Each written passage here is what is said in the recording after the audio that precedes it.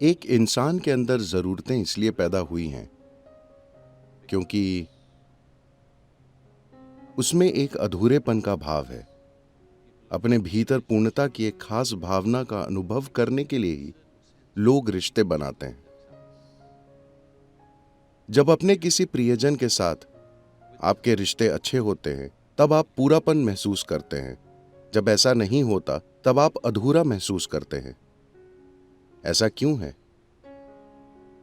ये जीवन का ये अंश अपने आप में एक संपूर्ण इकाई है, तो ये अधूरा क्यों महसूस करता है और एक दूसरे जीवन के अंश के साथ साझेदारी करके ये खुद को तृप्त करने की कोशिश क्यों करता है?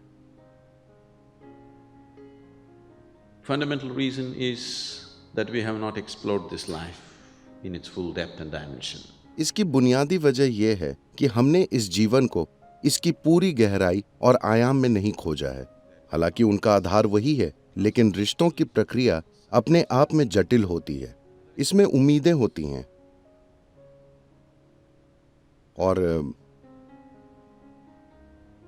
उम्मीदें और उम्मीदें और उम्मीदें।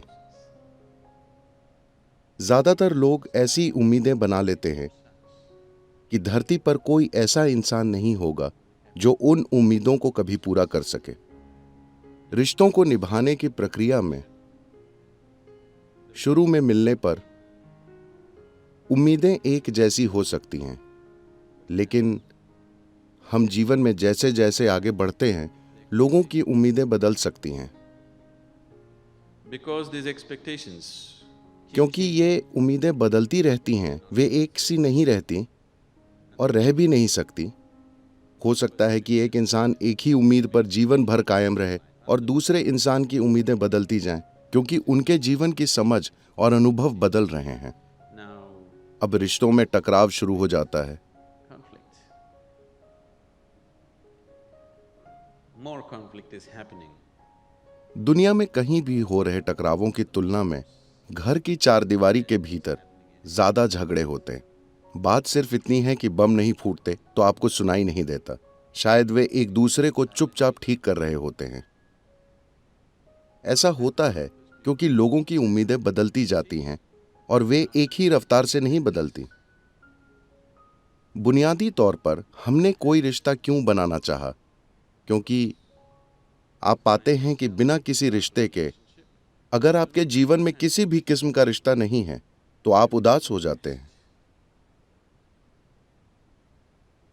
तो बुनियादी तौर पर आप एक रिश्ता चाहते हैं क्योंकि आप खुश होना चाहते हैं, आप आनंदित होना चाहते हैं, या दूसरे शब्दों में आप दूसरे को अपनी खुशी के स्रोत की तरह इस्तेमाल करने की कोशिश कर रहे हैं। अगर आप अपने स्वभाव से ही खुश हैं तो रिश्ते आपके लिए अपनी खुशी को जाहिर करने का माध्यम बन जाएंगे, न कि खुशी खोजने का।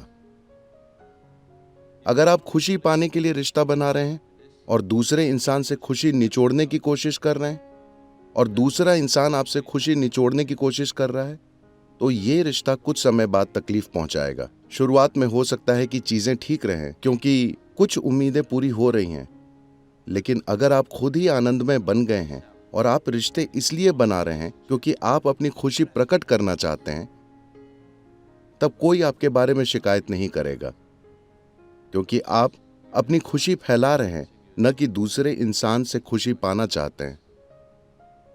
तो अगर खुशी प्रकट करना और फैलाना ही आपका जीवन बन जाता है, न कि खुशी खोजने की कोशिश, तो रिश्ते स्वाभाविक रूप से शानदार होंगे। आप लाखों रिश्ते रख सकते हैं और फिर भी उन्हें अच्छे से जारी रख सकते हैं। Now अब किसी दूसरे की उम्मीदों को पूरा करने के इस पूरे सर्कस का सवाल ही नहीं उठता, क्योंकि अगर आप खुशी फैलाते हैं तो वे हर हाल में आपके साथ होना चाहेंगे।